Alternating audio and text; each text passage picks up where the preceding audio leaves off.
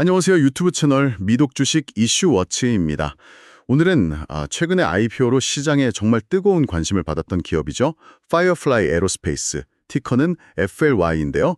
이 기업에 대해 저희가 조사한 내용을 바탕으로 한번 깊이 파헤쳐 보겠습니다. 네, 파이어플라이 이게 뭐랄까? 단순한 우주 기업이 아니라 굉장히 큰 그림을 그리고 있는 곳이죠. 맞습니다.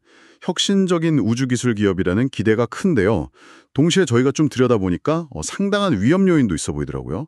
그래서 오늘 파이어플라이의 현주소, 또 미래 가능성까지 좀 면밀히 살펴보려고 합니다. 네, 그 야심찬 비전 또 기술력 이런 건 정말 흥미로운 부분인데 근데 동시에 저희가 좀 확인해 본 바로는 재무 상태라던가 뭐 규제 환경 같은 좀 신중하게 따져봐야 할 부분도 꽤 많습니다. 그렇죠. 그래서 오늘 저희 대화를 통해서 여러분들이 이 파이어플라이에 대해서 좀 균형 잡힌 시각을 가지실 수 있도록 도움을 드리고자 합니다.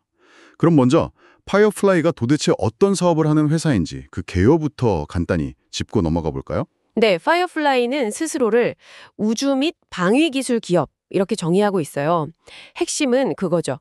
정부, 뭐 나사나 국방부 같은 곳들, 그리고 상업 고객들 모두에게 우주로 나아가는 데 필요한 여러 솔루션들, 그러니까 발사라던가 달 착륙, 또 궤도상에서 임무를 수행하는 것까지 이걸 포괄적으로 제공하겠다는 겁니다. 아, 포괄적이요? 네, 특히 이제 소형이나 중형 위성들을 좀 더 저렴하고 편리하게 그리고 빠르게 우주로 보낼 수 있도록 그 접근성을 높이는 데 집중하고 있습니다. 그렇군요. 소형, 중형 위성 시장을 타겟으로 해서 더 싸고 빠르게 그런 포부 같은데요. 이 회사의 핵심 비전이 언제 어디서든 고객이 우주에서 발사, 착륙, 운영할 수 있도록 지원한다. 이거라고 하던데 이게 딱 맞는 말이네요. 그렇죠. 그냥 로켓만 쏘는 게 아니고 달 탐사 그 너머까지도 보고 있다는 얘기니까요. 네. 그럼 이 비전을 현실로 만들려면 구체적인 전략이 필요할 텐데요. 그 엔드-투-엔드 우주운송 전략, 이게 핵심이라고 들었습니다. 이게 정확히 뭔가요? 네. 그 엔드-투-엔드 전략, 말 그대로 처음부터 끝까지 책임지겠다는 건데요. 이걸 구현하기 위해서 여러 가지 구성 요소들을 갖춰나가고 있습니다. 첫 번째는 다양한 서비스 포트폴리오를 구축하는 거예요. 서비스 포트폴리오요? 네. 예를 들면 이미 성공적으로 발사했던 소형 발사체 알파라는 게 있고요. 이건 이미 실적이 있죠. 그리고 더 큰 탑재체를 쏘아 올릴 수 있는 중형 발사체 이클립스라는 것도 개발 중인데 이건 그 노스롭 그루먼이라는 큰 방산업체랑 협력해서 만들고 있습니다. 아, 노스롭 그루먼이랑요? 그럼 더 큰 발사체 시장까지 노리는 거네요? 그렇죠. 거기다가 최근에 성공해서 아주 큰 주목을 받았던 달 착륙선 블루고스트라고 있습니다. 이것도 파이어플라이 거고요. 또 궤도상에서 인공위성 같은 걸 이동시키거나 또 필요한 서비스를 제공하는 엘리트라라는 궤도 차량까지 개발 라인업에 포함시켜놨어요. 와, 알파, 이클립스, 블루고스트, 엘리트라까지. 진짜 발사체부터 달 착륙선, 궤도 서비스 차량까지. 말씀하신 대로 지구 저궤도 LEO부터 달 표면 그 너머까지 다 커버하겠다는 거네요. 이게 정말 되면 고객 입장에서는 뭐랄까 우주 임무를 위한 원스톱 쇼핑몰 같은 느낌이 들 것 같은데요. 굉장히 편리하겠어요. 네, 이론적으로는 그렇습니다. 아주 매력적인 그림이죠. 그리고 이런 다양한 제품군을 좀 효율적으로 개발하기 위해서 수직적 통합이라는 걸 강조해요. 수직적 통합이요? 아까 잠깐 언급하셨는데 좀 더 자세히 설명해 주시죠. 네, 이게 뭐냐면 로켓 엔진부터 시작해서 동체에 쓰이는 탄소 복합재 소재, 심지어는 뭐 제어하는 소프트웨어까지. 핵심 부품의 상당 부분을 다른 데서 사오는 게 아니라 직접 개발하고 생산한다는 겁니다. 아, 자체적으로요? 네. 이렇게 하면 장점이 몇 가지 있는데요.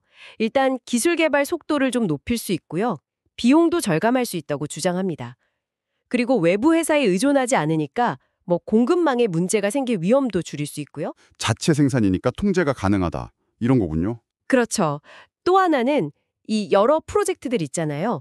알파 로켓, 블루고스트 착륙선, 엘리트라 궤도 촬영 같은 것들 사이에 이미 검증된 기술을 서로 공유한다는 거예요. 예를 들어서 알파 로켓에 쓰인 엔진 기술이나 탄소 복합재 리수 같은 걸 블루고스트나 다른 프로젝트에도 적용해서 전체적인 개발 효율성을 높이고 리스크를 줄인다. 뭐 이런 전략인 거죠. 아, 기술 재활용 같은 느낌이네요. 좋은데요? 효율적일 것 같고요. 근데 외부 협력도 아까 말씀하신 노스롭 그루먼처럼 적극적으로 하는 것 같던데요. 스페이스 플라이트라는 회사도 인수했었죠. 맞습니다. 그 노스롭 그루먼과의 협력은 중요해요. 왜냐하면 파이어플라이 혼자서는 감당하기 어려운 아주 큰 규모의 발사 시장, 예를 들어 대형 위성 발사 같은 시장에 진출할 수 있는 발판이 될 수 있거든요.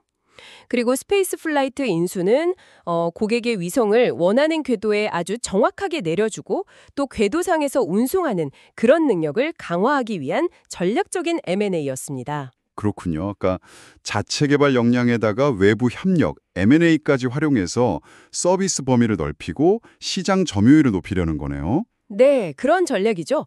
그런데 여기서 좀 생각해 볼 점이 있어요. 이렇게 사업 영역을 막 넓히는 게 과연 진짜 효율적일까 하는 의문이죠. 왜냐하면 각 분야마다 이미 강력한 경쟁자들이 있거든요. 뭐 발사체 시장에는 스페이스X, 로켓랩이 있고 다른 분야에도 경쟁자들이 있고요.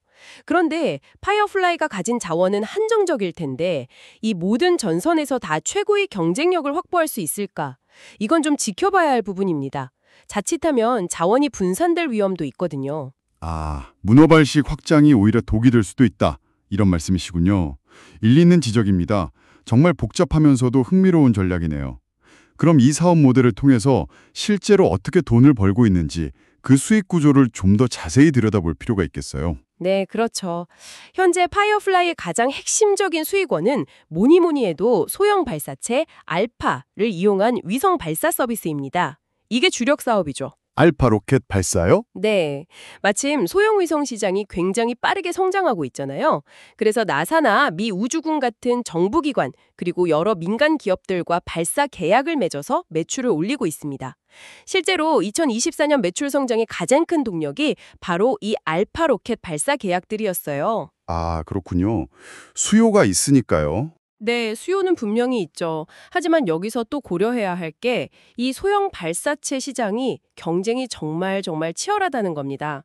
이미 뉴질랜드계 미국 기업인 로켓랩이 아주 강력한 플레이어로 자리를 잡고 있고요. 그렇죠. 로켓랩. 게다가 스페이스X도 라이드쉐어 프로그램을 통해서 소형 위성들을 대량으로 쏘아 올리는 서비스를 제공하고 있죠. 가격 경쟁력도 상당하고요. 그리고 그 외에도 정말 수많은 신생 발사 스타트업들이 계속 생겨나고 있어요. 와, 정말 레드오션이네요. 그렇죠. 그러니까 파이어플라이 입장에서는 이 치열한 경쟁 속에서 어떻게 가격 경쟁력을 확보하고 또 계약을 안정적으로 따내서 수익성을 확보할 수 있느냐, 이게 아주 중요한 과제입니다. 단순히 발사 성공만으로는 부족하다는 거죠. 그렇군요. 알파 로켓 다음으로는 역시 블루고스트 달 착륙선 성공을 빼놓을 수 없겠네요. 이게 정말 대단했잖아요. 미국 민간 기업 최초로 달 착륙에 성공했다는 타이틀도 얻었고요. 나사의 CLPS 프로그램, 그러니까 민간 달탑 재체 수송 서비스 프로그램에도 참여하고 있으니 여기서도 수익을 기대해 볼 수 있지 않을까요? 이건 단순 발사보다는 훨씬 부가가치가 높아 보이는데요. 네, 맞습니다. 그 블루고스트의 성공은 기술력을 확실하게 입증한 아주 중요한 성과였어요. 그리고 말씀하신 대로 나사의 CLPS 프로그램 참여를 통해서 앞으로 달 탐사 시장에서 상당히 유리한 위치를 차지할 수 있게 됐죠. 실제로 2025년 1분기 매출이 갑자기 크게 늘었는데 이게 바로 블루고스트 임무 관련 매출이 반영된 걸로 보입니다. 오, 벌써 매출로 나타나고 있군요. 네, 하지만 여기서 깊이 신중해야 할 부분이 있습니다. 달 탐사 임무라는 게 아시다시피 기술적인 난이도가 정말 상상을 초월할 정도로 높습니다. 실패 위험도 크고요. 인투이티브 머신스 같은 다른 CLPS 참여 기업들도 어려움을 겪었잖아요. 맞아요. 성공이 쉽지 않죠. 그렇죠. 게다가 개발하고 운영하는 데 드는 비용이 정말 천문학적입니다. 블루고스트 한 번 성공했다고 해서 앞으로 계속 성공하리란 보장도 없고요. 이게 지속적인 수익 모델로 이어질지, 그리고 후속 임무들도 계속 성공적으로 수행할 수 있을지는 아직 불확실성이 매우 큽니다. 그러니까 일회성 성공이 아니라 반복 가능한 성공, 그리고 이걸 통한 수익 모델 구축이 관건인데 이게 가능할지는 좀 더 지켜봐야 합니다. 하긴 그렇겠네요. 달 탐사는 정말 어려운 도전이니까요. 그럼 세 번째 수익원으로 엔진이나 탄소 복합재 같은 자체 개발 기술을 다른 회사에 판매하는 것도 생각해 볼 수 있지 않을까요? 기술력이 있다면요. 네, 그럴 가능성은 충분히 있습니다. 실제로 아까 말씀드린 노스롭 그루먼과의 이클립스 로켓 공동 개발처럼 기술 협력을 통해서 수익을 창출하는 모델도 이미 존재하고요. 파이어플라이가 가진 엔진 기술이나 특히 그 탄소 복합재 기술은 다른 항공우주 기업들도 관심을 가질 만하거든요. 그렇죠. 기술 판매도 괜찮은 사업 모델이 될 수 있겠네요. 그런데 이것도 좀 생각해 봐야 할 게 핵심 기술을 다른 회사에 팔면 뭐랄까 기술 유출의 위험을 감수해야 하잖아요. 그리고 이게 파이어플라이의 막대한 R&D 비용이나 운영 손실을 메울 만큼 큰 수익원이 되기는 좀 어려울 수도 있습니다. 어디까지나 부가적인 수익원 정도가 아닐까 싶어요. 아, 핵심 기술 판매는 좀 조심스러울 수 있겠군요. 그렇죠. 그래서 결국 현재로서는 첫째, 알파 로켓이 꾸준히 발사에 성공하면서 계약을 계속 따내는 것. 둘째, 블루고스트의 후속 달 탐사 임무들이 성공적으로 진행되는 것. 이 두 가지가 파이어플라이의 단기적인 수익성에 가장 큰 영향을 미칠 거라고 봅니다. 네, 명확하게 정리가 되네요. 알파 로켓의 꾸준함과 블루고스트의 성공 지속 여부. 이게 핵심이군요. 그렇다면 파이어플라이가 다른 경쟁사들과 비교했을 때 내세울 수 있는 핵심 경쟁력, 차별점은 뭘까요? 여러 가지가 있겠지만 저는 특히 응답성, responsiveness이라는 개념이 굉장히 인상 깊었습니다. 미 우주군과 협력해서 24시간 안에 위성을 발사하는 데 성공했다는 그 기록 말이죠. 아, 네. 그 신속 대응 발사, responsive launch, 성공, 맞습니다. 이게 파이어플라이가 가진 가장 강력하고 독특한 차별점 중 하나라고 할 수 있어요. 그렇죠. 24시간이라니 정말 대단한데요. 네, 이게 왜 중요하냐면 특히 국가 안보 상황이나 긴급한 재난 대응 같은 예측 불가능한 상황이 발생했을 때 아주 빠르게 위성을 필요한 궤도에 올려야 하는 수요가 있거든요. 주로 국방 분야나 정부 기관 고객들이죠. 파이어플라이는 상업화자로서는 유일하게 이 능력을 실증해 보인 겁니다. 상업회사 중에서는 유일하다고요? 와. 네, 이건 단순히 기술이 뛰어나다는 걸 넘어서 실제 운영 능력, 그러니까 발사 준비부터 실행까지 전 과정을 아주 신속하게 처리할 수 있다는 걸 보여준 거거든요. 다른 경쟁사들이 쉽게 따라하거나 모방하기 힘든 파이어플라이만의 강력한 해자, 모트가 될 수 있습니다. 필요할 때 필요한 곳에 서비스를 제공할 수 있다는 신뢰를 주는 거죠. 국가 안보와 직결되니 정말 중요한 경쟁력이겠네요. 기술적인 측면에서는 구체적으로 어떤 강점들이 있을까요? 아까 잠깐 언급된 경량 탄소 복합재 기술이라든가 자체 개발했다는 리버, 라이트닝, 엔진 같은 것들이요? 네, 그것들도 중요한 기술 자산입니다. 일단 고강도면서도 가벼운 탄소 복합재를 로켓 동체나 연료 탱크 같은 주요 구조물에 광범위하게 사용하는 게 특징인데요. 이렇게 하면 로켓 무게를 크게 줄일 수 있어서 발사 효율, 즉 같은 연료로 더 많은 탑재체를 싣거나 더 높은 궤도까지 보낼 수 있게 되는 거죠. 무게를 줄이는 게 핵심이군요. 그렇죠. 그리고 자체 개발한 리버 엔진 1단용과 라이트닝 엔진 2단용 역시 성능과 비용 효율성 측면에서 경쟁력을 확보하기 위한 핵심 요소입니다. 외부에서 엔진을 사오는 것보다 자체 기술로 만들면 장기적으로 비용을 절감하고 성능을 최적화하기 유리하니까요. 이런 기술들이 아까 말씀드린 수직통합 제조 역량과 결합되면서 설계부터 생산까지 전체 과정을 효율화하고 비용을 낮추려는 노력의 일환이라고 볼 수 있습니다. 자체 엔진에 탄소 복합재 기술, 수직 통합까지 기술적인 기반이 탄탄해 보이는데요. 네, 그리고 여기에 더해서 빼놓을 수 없는 게 바로 블루고스트의 성공적인 달 착륙 경험이죠. 이게 왜 중요하냐면 달 표면이라는 극한 환경에서 실제로 우주선이 작동하고 임무를 수행했다는 걸 증명한 거잖아요. 이건 파이어플라이의 기술력과 시스템 엔지니어링 능력에 대한 신뢰도를 정말 크게 높여준 사건입니다. 이런 성공적인 비행 실적, 플라이트 헤리티지는 돈 주고도 살 수 없는 아주 귀중한 자산이 되는 거죠. 특히 정부나 국방 고객과의 계약에서 매우 유리하게 작용할 수 있습니다. 그렇군요. 성공 경험 자체가 강력한 무기가 되는 거네요. 종합해보면 파이어플라이는 단순히 로켓만 쏘는 회사가 아니라 발사, 달 착륙, 궤도 운용까지 다 아우르는 엔드투엔드 솔루션을 제공하고 특히 신속 대응 능력이라는 독보적인 강점과 탄소 복합재, 자체 엔진, 그리고 블루고스트 성공으로 입증된 기술력을 갖춘 것이 핵심 경쟁력이자 차별점이다. 이렇게 정리할 수 있겠네요. 네, 맞습니다. 비전이나 기술적인 성과 측면에서 보면 분명히 주목할 만한 기업이죠. 혁신적인 시도를 하고 있고요. 하지만 이러한 혁신과 야심찬 계획 뒤에는 어마어마한 비용이 따르기 마련입니다. 이제 그 현실적인 부분, 즉 파이어플레이의 재무 상태를 좀 냉정하게 들여다볼 필요가 있습니다. 네, 사실 그 부분이 가장 궁금하면서도 걱정되는 지점인데요. 2024년 재무 지표를 보면 성장의 밝은 면과 어두운 면이 동시에 나타나는 것 같습니다. 그렇죠. 성장의 명암이 아주 뚜렷하게 드러납니다. 일단 긍정적인 부분부터 볼까요? 매출은 분명히 성장했습니다. 2024년 총 순수익이 6,079만 달러였는데 이게 전년 대비 10% 이상 증가한 수치예요. 10% 성장? 나쁘지 않은데요? 네. 그리고 특히 2025년 1분기 실적을 보면 아까 말씀드린 블루고스트 달 착륙 임무 덕분에 매출이 5,590만 달러로 정말 폭발적으로 늘었습니다.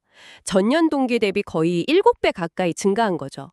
수주 잔고, 그러니까 앞으로 발생할 것으로 예상되는 계약 금액도 2025년 3월 기준으로 약 11억 달러에 달한다고 하니까 미래 매출에 대한 기대감 자체는 높아지고 있습니다. 2023년 말에는 5억 6천만 달러 수준이었으니까 2배 가까이 늘어난 거죠. 와, 1분기 매출 급증이랑 수주 잔고 증가는 정말 인상적이네요. 미래가 밝아 보이는데요? 네, 겉으로 보이는 숫자만 보면 그렇죠. 매출 성장과 수주 잔고 증가는 분명 긍정적인 신호입니다. 하지만 그 이면을 자세히 들여다보면 정말 심각한 문제가 있습니다. 바로 수익성이에요. 수익성이요? 네, 2024년 재무제표를 보면 영업손실이 무려 2억 77만 달러를 기록했습니다. 그리고 순손실은 그보다 더 큰 2억 3,100만 달러에 달했어요. 2억 달러가 넘는 손실이요? 와, 네, 더 심각한 건 이게 전년 대비 손실폭이 각각 57.5% 그리고 70.6%나 급증했다는 겁니다. 매출이 10% 늘어나는 동안 손실은 60, 70%씩 늘어난 거예요. 매출 증가 속도보다 손실 증가 속도가 훨씬 빠르다는 뜻이죠.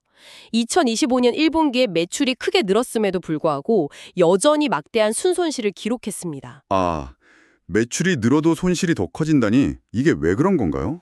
원인은 명백합니다. 알파 로켓 생산을 늘리고 또 중형 발사체 이클립스나 궤도 차량 엘리트라 같은 신규 프로젝트 개발에 돈이 계속 들어가고 있고요. 블루고스트 달 착륙선 임무 수행에도 당연히 엄청난 비용이 들었겠죠. 이런 연구개발 R&D 비용과 생산시설 구축, 인력 충원 같은 운영 비용이 매출 증가분을 훨씬 상회할 정도로 막대하게 투입되고 있기 때문입니다. 물론 성장을 위한 투자는 불가피한 측면이 있긴 하죠. 특히 항공우주 산업은 초기 투자 비용이 워낙 많이 들잖아요. 다른 스타트업들도 비슷하지 않나요? 네, 맞는 말씀입니다. 초기 단계의 항공우주 기업들이 대부분 대규모 투자를 먼저 하고 나중에 수익을 회수하는 모델을 따르는 건 사실이에요. 하지만 파이어플라이의 현재 재무 상태는 단순히 성장통이라고 보기에는 그 위험 수위가 상당히 높아 보입니다. 위험 수위가 높다고요? 구체적으로 어떤 면에서요? 재무 건전성 지표들을 좀 보면요.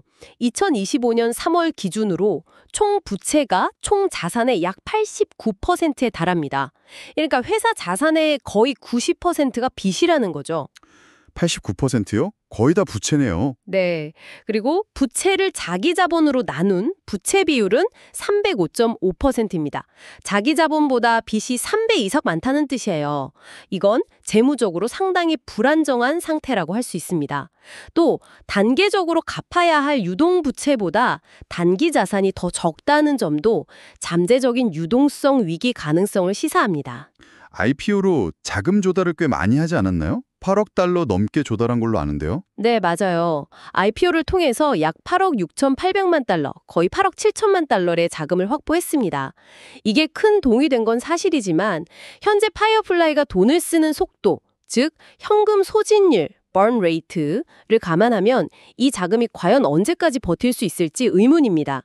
만약 추가적인 자금 조달이 필요해진다면 지금처럼 금리가 높은 환경에서는 자금 조달 비용이 비싸거나 혹은 자금 조달 자체가 어려울 수도 있어요.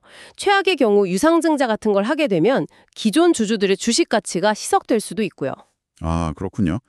기술적으로는 블루고스트 성공 같은 성과가 있었지만 재무적으로는 여전히 매우 취약하고 불안한 상태라는 말씀이시네요. 정확합니다. 기술적 성공이 재무적 안정성까지 보장해주는 건 아니니까요. 현재 파이어플라이의 리스크 관리는 재무지표 개선보다는 기술이나 운영상의 성공에 크게 의존하고 있는 다소 불안한 모습이라고 평가할 수 있습니다. 이 점은 투자자들이 반드시 유의해야 할 부분이겠네요. 그럼 시장의 반응은 어땠는지 좀 더 자세히 볼까요? IPO 당시에는 정말 뜨거웠다고 말씀하셨는데요. 네, 그랬죠. 2025년 8월 7일 나스닥에 상장할 때 시장의 기대가 정말 대단했습니다. 공모가가 주당 45달러였는데 이게 원래 회사가 제시했던 예상 범위 35에서 39달러를 훌쩍 뛰어넘는 수준이었어요. 경영진의 자신감을 보여준 거죠. 오, 예상보다 높게 시작했군요. 네. 그리고 상장 첫날 주가는 장중에 70달러까지 치솟았다가 종가는 60.3달러로 마감했습니다.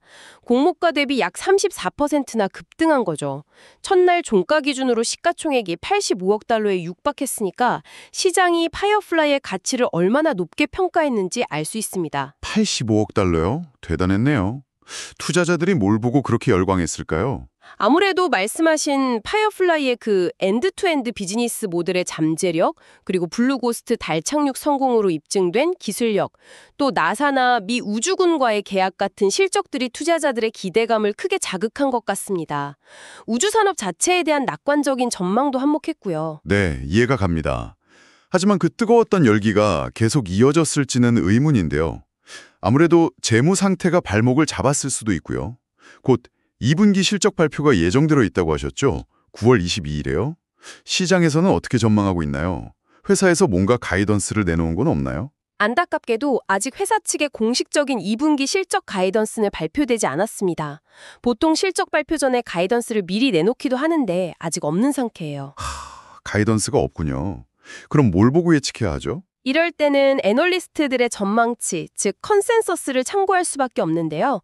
현재까지 나온 애널리스트들의 컨센서스를 종합해보면 2025년 2분기에도 여전히 상당한 손실을 기록할 것으로 예상됩니다. 주당 순손실, EPS가 대략 마이너스 0.41달러에서 마이너스 0.46달러 사이로 예측되고 있어요. 여전히 큰 손실이네요. 매출은 어느 정도로 보나요? 분기 매출은 약 1,725만 달러 수준으로 예측되고 있습니다. 이게 1분기 매출 5,590만 달러에 비하면 상당히 낮은 수치죠. 1분기보다 훨씬 적네요. 이건 왜 그런 거죠? 아무래도 1분기 매출에 크게 기여했던 블루고스트 달 착륙 임무 관련 매출이 일회성이었을 가능성이 높다고 보는 것 같습니다. 2분기에는 그런 큰 이벤트가 없었으니까요. 알파 로켓 발사 실적 등이 반영되겠지만 1분기만큼의 매출을 기대하기는 어렵다는 거죠. 아, 그렇군요. 블루고스트 효과가 빠지면 다시 원래 수준으로 돌아갈 수 있다. 네, 그럴 가능성을 염두에 두고 있는 것 같습니다.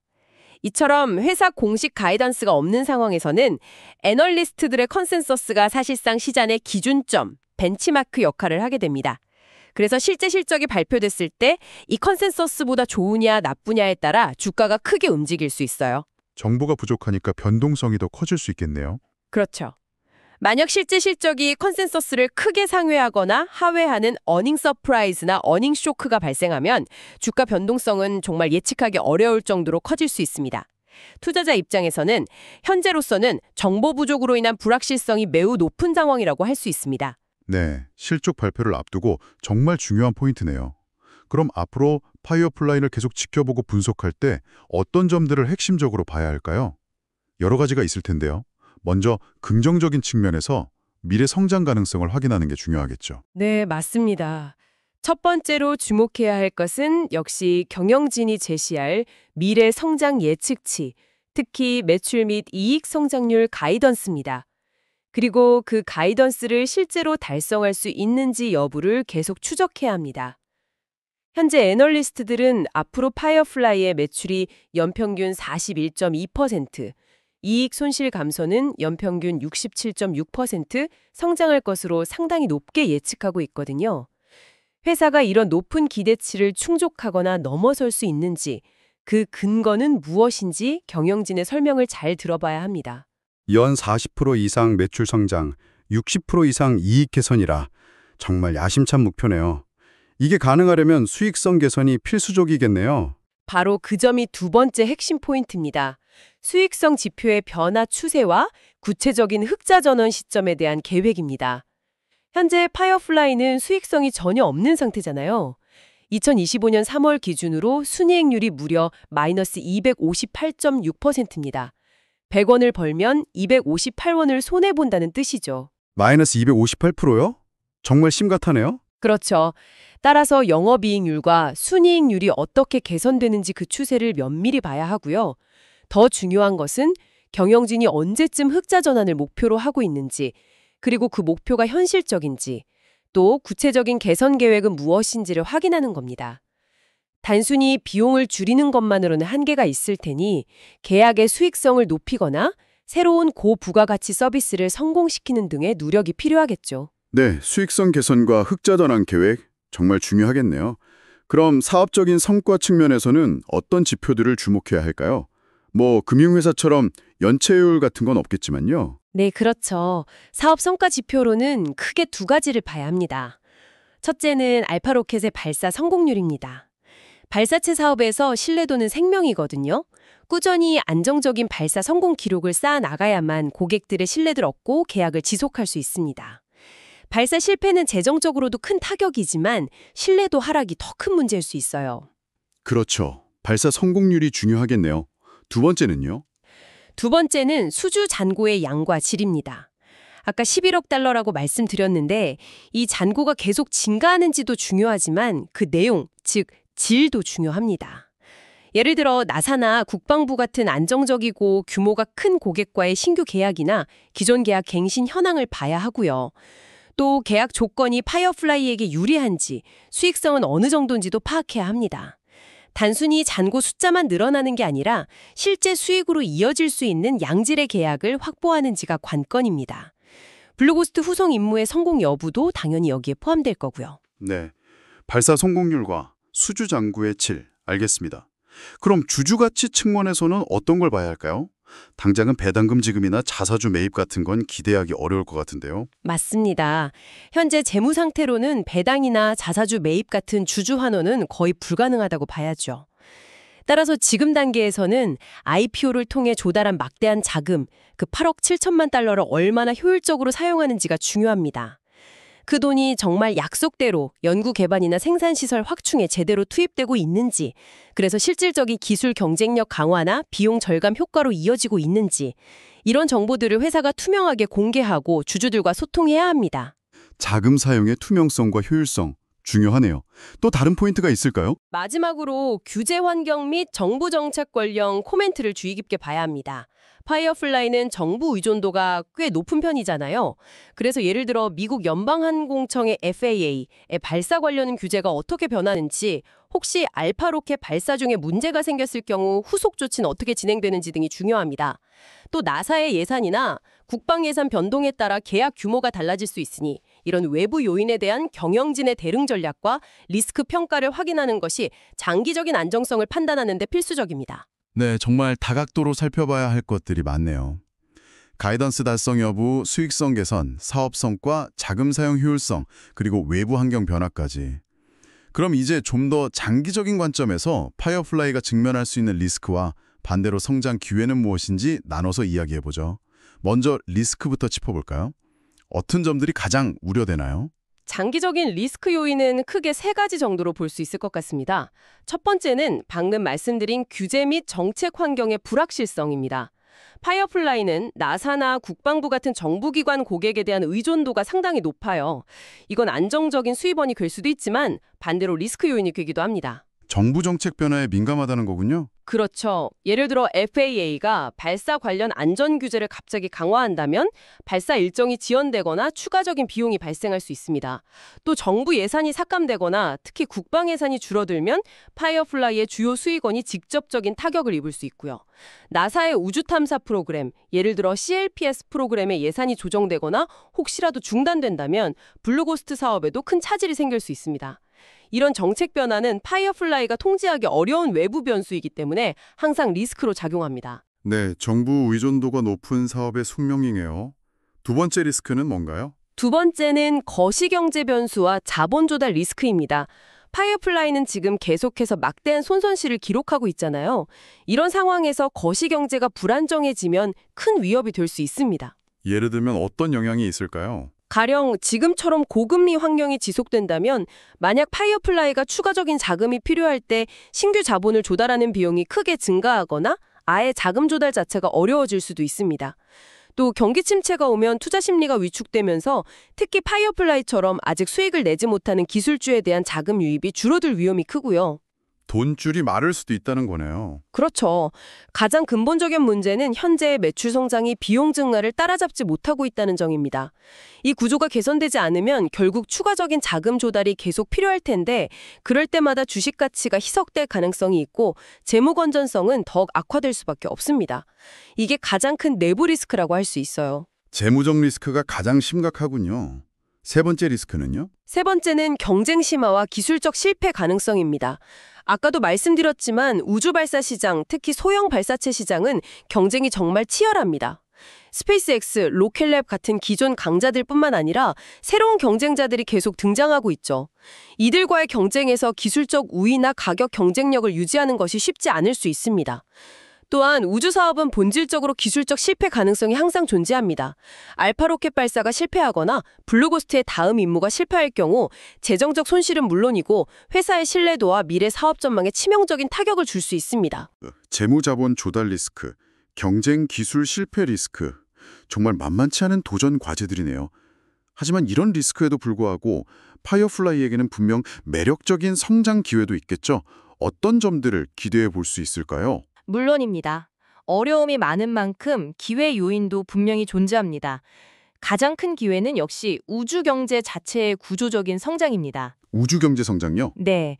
위성통신, 예를 들어 스타링크 같은 저궤도 위성 인터넷망 구축이라던가 지구 관측 위성을 이용한 데이터 분석, 그리고 달 탐사를 넘어서 화성 탐사까지 우주를 활용하려는 수요가 정말 전방위적으로 폭발적으로 증가하고 있습니다. 이건 거스를 수 없는 큰 흐름이죠. 그렇죠. 뉴스페이스 시대라고 하잖아요. 맞습니다. 이런 큰 흐름 속에서 파이어플라이는 몇 가지 구체적인 기회를 잡을 수 있습니다. 첫째, 소형 위성 시장의 지속적인 확대입니다. 앞으로 수많은 소형 위성들이 군집 형태로 발사될 텐데 이때 파이어플라이의 알파 로켓이 중요한 역할을 할 수 있습니다. 특히 신속 발사 능력은 특정 수요에 아주 잘 부합할 수 있고요. 네, 소형 위성 발사 수요는 계속 늘어날 테니까요. 둘째는 정보 및 국방 분야와의 파트너십 강화입니다. 이미 나사, 미 우주군 등과 계약을 맺고 있는데 이런 관계를 더욱 공고해야 한다면 안정적인 매출을 확보하는 동시에 정부 프로젝트 수행을 통해 기술력을 검증받고 믿을 수 있는 파트너라는 이미지를 강화할 수 있습니다. 이건 민간 시장 공략에도 긍정적인 영향을 줄 수 있고요. 정부와의 관계가 중요하군요. 행성 간 탐사 시장 선점입니다. 블루고스트 착륙선의 성공과 나사, 아르테미스 프로그램 참여는 파이어플라이를 단순한 발사 서비스 제공업체를 넘어서 미래의 달 경제 생태계에서 핵심적인 역할을 하는 플레이어로 도약시킬 수 있는 엄청난 기회입니다. 달 자원 탐사나 활용, 달 기지 건설 등에 필요한 물자 수송 같은 새로운 시장을 선점할 수도 있겠죠. 와, 달 경제의 핵심 플레이어라니 정말 매력적인 비전인데요. 그렇죠. 그리고 또 다른 중요한 성장 기회는 경쟁 구도 내에서의 전략적 포지셔닝입니다. 스페이스X나 로켓랩 같은 경쟁사들이 있지만 파이어플라이는 그들과는 좀 다른 길을 가고 있잖아요. 아, 엔드-투-엔드 솔루션 말씀이시죠? 네, 맞습니다. 대부분의 소형 발사체 기업들이 발사 서비스 자체에만 집중하는 경향이 있는데 파이어플라이는 발사부터 시작해서 궤도 내 운송, 엘리트라, 달 착륙, 블루고스트까지 고객의 우주 임무 전 과정을 아우르는 통합 솔루션을 제공하겠다는 목표를 가지고 있습니다.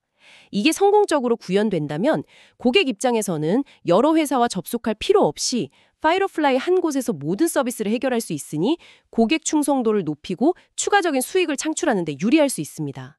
원스톱 서비스라는 차별점이 생기는 거죠. 확실히 편리하겠네요. 그리고 아까 강조했던 응답성 모델, 즉 24시간 내 발사 능력은 특히 국방 및 정부 고객에게는 타의 추종을 불허하는 강력한 경쟁 우위가 될 수 있습니다.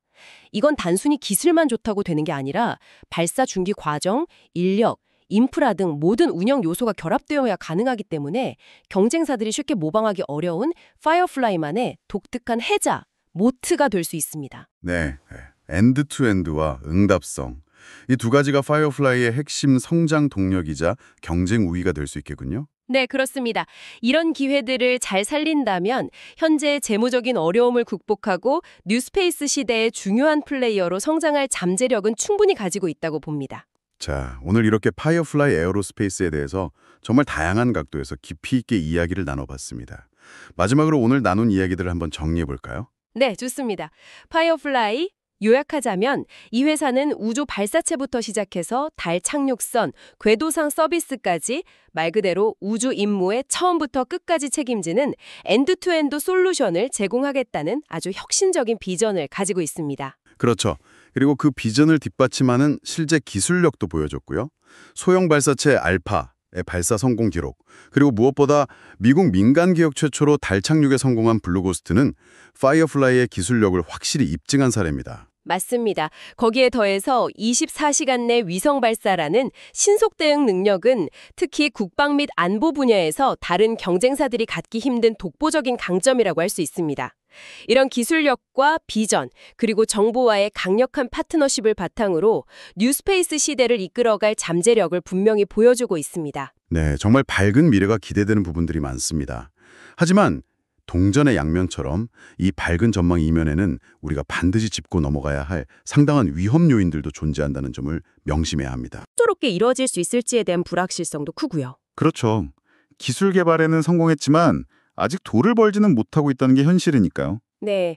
그리고 나사나 국방부 등 정부 계약에 대한 높은 의존도는 정책이나 예산 변화에 따라 사업이 크게 흔들릴 수 있다는 리스크를 안고 있습니다. FAA 같은 규제기관의 규제 강화 가능성도 항상 염두에 두어야 하고요. 경쟁 심화 문제도 빼놓을 수 없고요. 결국 파이어플라이의 미래 가치는 이 혁신적인 기술적 성과와 야심찬 배전을 어떻게 지속 가능한 그리고 수익성 있는 사업 모델로 성공적으로 연결시킬 수 있느냐에 달려있다고 할 수 있겠네요. 기술적 성공을 재무적 성공으로 전환하는 것, 이게 가장 큰 과제이자 핵심이 될 것 같습니다. 정확합니다. 그 어려운 과제를 해결해야만 장기적인 기업 가치를 제대로 인정받을 수 있을 겁니다. 네, 오늘 저희가 전해드린 파이어플라이 에어로스페이스에 대한 심층 분석이 여러분께서 이 흥미로운 기업을 이해하시는 데 조금이나마 도움이 되었기를 바랍니다. 마지막으로 고지사항을 말씀드립니다. 본 방송에서 제공된 정보는 투자 자문이나 권유가 결코 아닙니다. 모든 투자에 대한 최종적인 판단과 결정, 그리고 그 결과에 대한 책임은 전적으로 투자자 본인에게 있음을 명확히 밝힙니다. 또한 저희 분석 내용 중 일부는 AI를 활용하여 생성된 정보를 포함하고 있을 수 있습니다. 따라서 실제 데이터와는 일부 차이가 있을 수 있으니 투자 결정을 내리실 때 반드시 이 점 유의하시기 바랍니다. 오늘 방송은 여기서 마치겠습니다. 감사합니다. 감사합니다.